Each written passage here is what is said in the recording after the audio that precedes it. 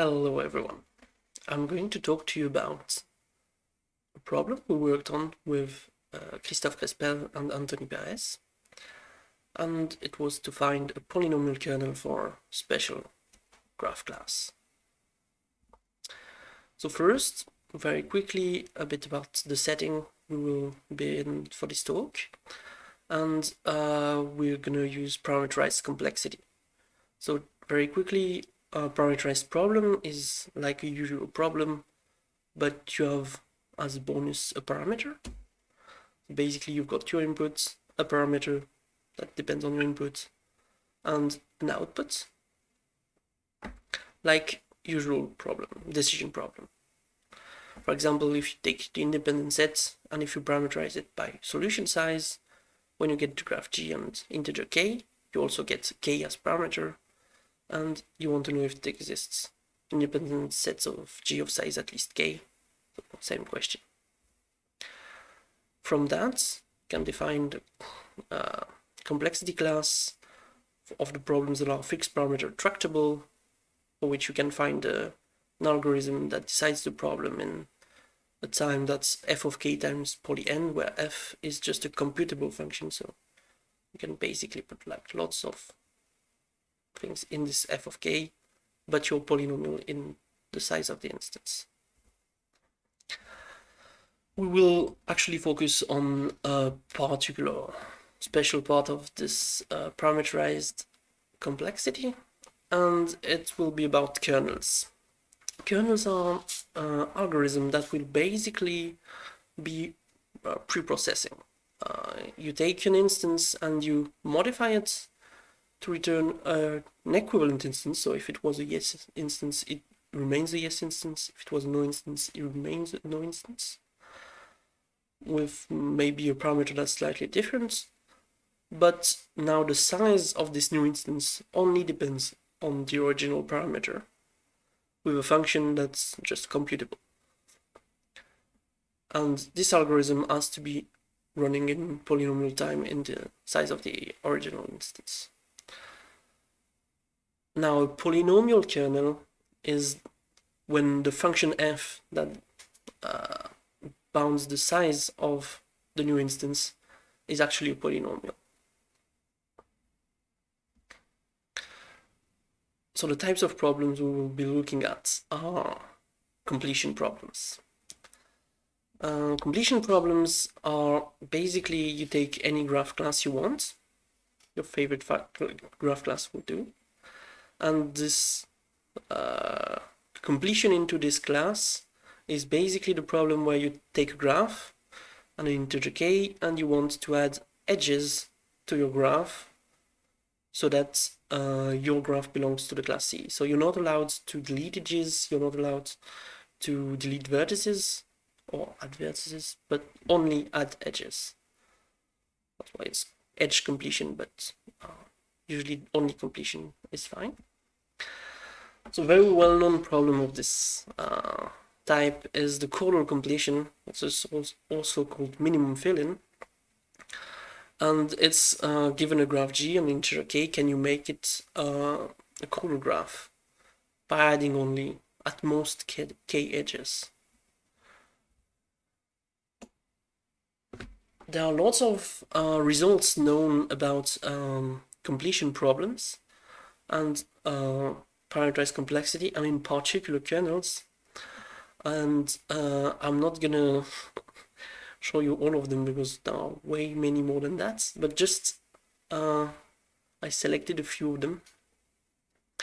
For example, chordal completion, so minimum fill-in as a k-square kernel. So always when I say k-square is in terms of number of vertices. So proper interval completion as a k-cube, as trivially perfect also, and free-leaf power also as a k-cube. Why did I select those results?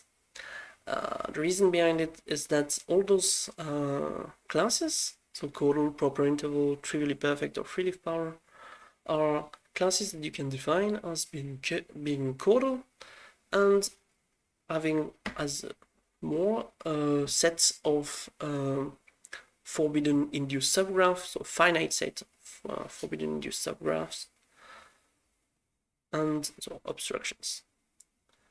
Chordal, it's obviously just chordal, and the finite set of obstructions is just empty set. But for example, trivially perfect is chordal, and you have the P4 as an obstruction.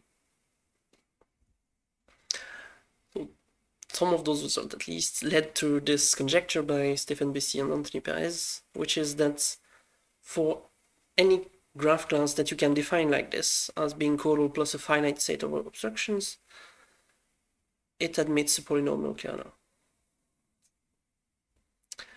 So that was basically our motivation. How can we just get some knowledge about this conjecture? Not even try to solve it, just find some knowledge. We told ourselves, let's go for a class that's going to be kind of easy to deal with, just to understand more. And we just chose to add one obstruction. And a simple one would be good. So we chose this gem. And this is actually a class that's quite well known, not so much for complexity, but around structural properties, which is the Ptolemaic graphs. And it's actually the chordal graphs and the distance-hereditary graphs. So graphs that are both chordal and distance-hereditary are exactly the graphs that are chordal and avoid this gem. And they have been known as Ptolemaic graphs, and they've been well studied structurally wise. So I can get you this theorem that's actually from all these studies about those graphs, which is that a graph is Ptolemaic if and only if it has a clique laminar tree, which won't help you because you don't know what a clique laminar tree is, probably. So let's look at a graph here on the left, which is Ptolemaic, as it's chordal and doesn't have any gem in it. And what we have on the right is its clique laminar tree. So what is it exactly?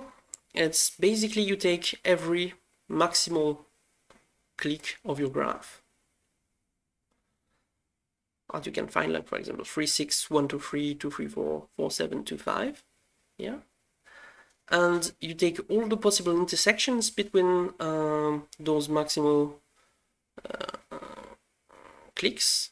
For example, 3, 6 and 1, 2, 3 is 3, or 1, 2, 3 and 2, 3, 4 is 2, 3, but you could also have a set of 3 and so on. You don't take the empty one, and those are the bags of your clique laminar tree.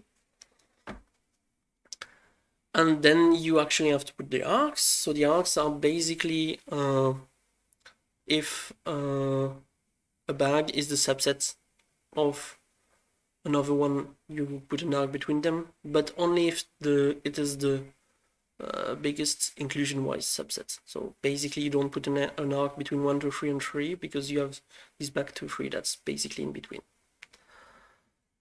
And if you do that, just do this procedure and you end up with a tree, then this means your graph is Ptolemaic. To show you quickly, if you look at this, for example, now if you look on the right, you get this cycle with 2, 3, 4, 2, 3, 2, 4, and 2 in the undirected version of this tree, or not a tree. And so this graph is not Ptolemaic, and if you look on the left on the graph, when we add this edge to 7, we get a gem which is like 1, 3, 4, 7 for the P4 and 2 for the universal vertex of the gem. If you want to just see as this. Okay. So this structure is actually quite strong. A second piece of structure that we got, just precision of things that were kind of already known, is kind of a big theorem. But what is to know about this theorem of decomposition is that basically if you pick a clique that separates in several components your graph, because if it doesn't, the theorem is not very interesting. What do you get? It's basically this. So each component is with the clique is Ptolemaic. That's just because it's hereditary. And you get a few other things I'm going to explain quickly with a drawing afterwards. And you have to know that this is an if and only if. So it's really, it helps us to derive stuff when we build the rules, but also to come back when you want to prove them. So how does it look? If S is this circle here, and it's our a clique that separates our graph G, and here the components are just one vertex or 3 for the blue one, so that it's just slightly easier to see. And basically what can be possible is that so the trace over by a component actually on S is always the same for all the vertices that actually see S. That's something that's not really, but for one component that's the blue one. So you could have several vertices here. They will always see this, or they won't see S at all. And for each component, what you get is that the traces here are either including each other or disjoint, like green and purple, for example. But one that's allowed only one component to not be like this, with everyone seeing S exactly the same way, and that's a non-semi-split component that we'll call. And this component still satisfies some properties. First, it has to see S fully for at least one of those vertices in the frontier, and every other component cannot have the trace of a vertex of the blue strictly included in them. So green is fine, but if it was outside this blue stuff, it wouldn't be.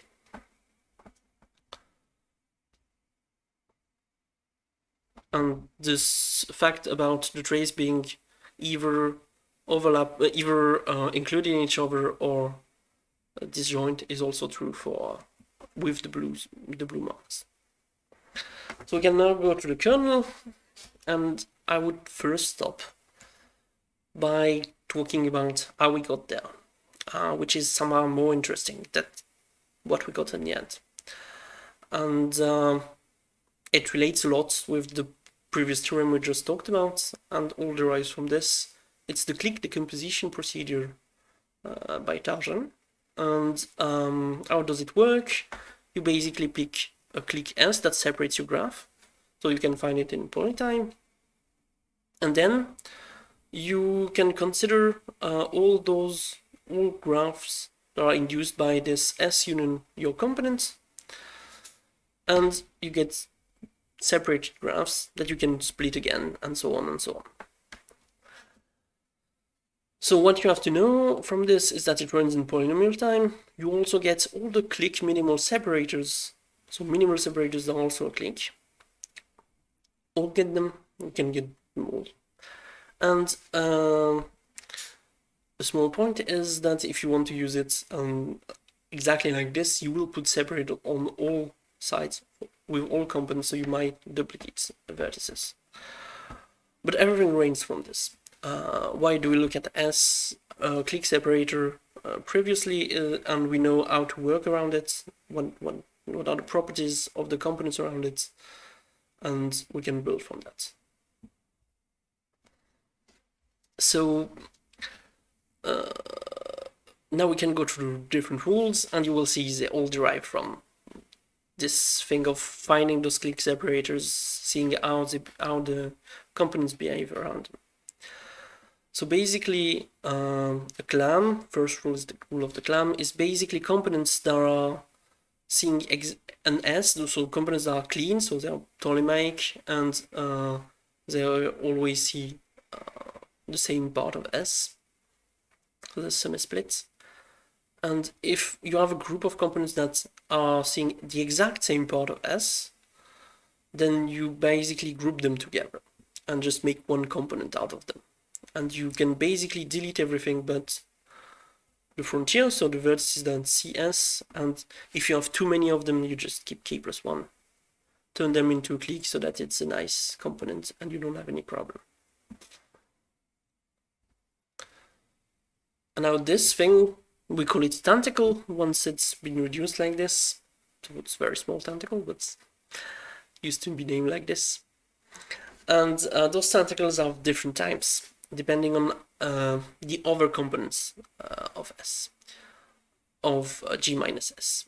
Either they are alpha tentacles, which means they are basically very clean.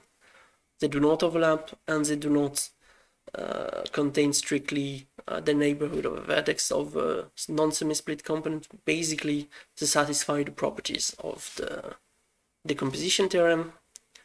Beta tentacles satisfy the property of not overlapping, but not the second part of the properties of the decomposition theorem, which is to actually include strictly the neighborhood of a vertex of some known semi-split components. And the gamma tentacles are the ones that already overlap, so they are not clean at all. What can we have as rules for them? So alpha tentacles are basically already nice, so we can delete them and we don't need them for the instance. And the beta tentacles, we just need to check that there aren't too many around the same non-semi-splits, just so that you don't have something too big. If so, you can basically know that the only way to solve it is to take the non-semi-split and make it semi-split, which costs lots of K. Then you can start again. So basically, how does it look? So with those types of tentacles, like the purple and the orange one are gamma tentacles because they overlap. The red one is a beta tentacle as it actually includes strictly some of the blue neighborhoods, and the green one is an alpha tentacle as it doesn't overlap with anyone and it doesn't include strictly the neighborhood of someone of non-semi-split components. The next rule is what we used to call eels, and very quickly what's behind this, I'm not gonna extend too much on this rule, is what if you have two parts that are Ptolemaic but very far away? And if you'd follow the clique decomposition, you would split them, but it's hard to do that and have the rules actually work.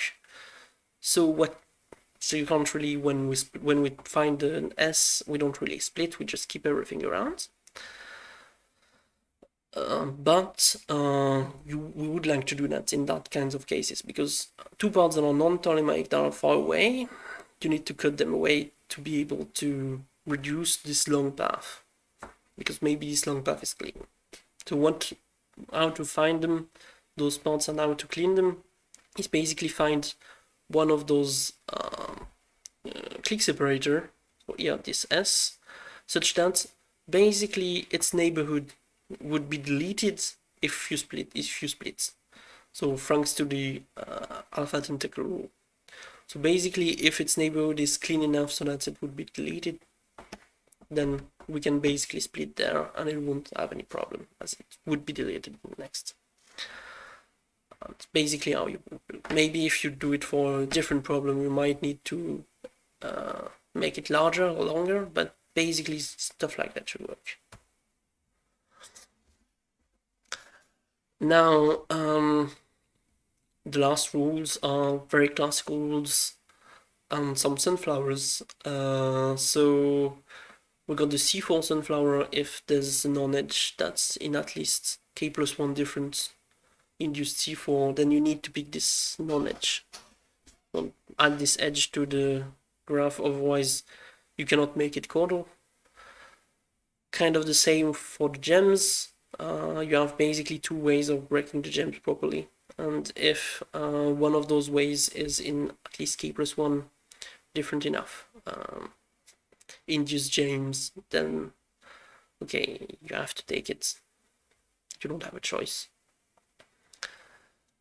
And you also have the rule about twins. If you have more than k+1 twins, then you cannot add any edge to it.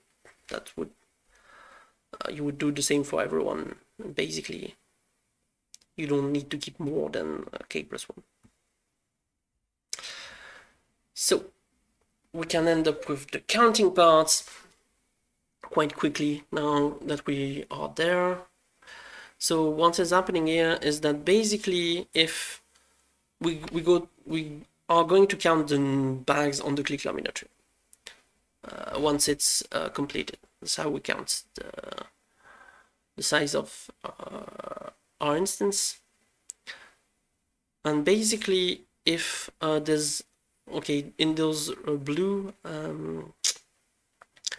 bags, so those contain vertices, we assume there's an edge that's been added to get H, so an edge that wasn't in G. So those blue stuff are cliques in H, but weren't cliques in G. And basically what happens is that this edge is then necessarily in all those red vertices, for each of them. So basically this part here and this part here are parts that are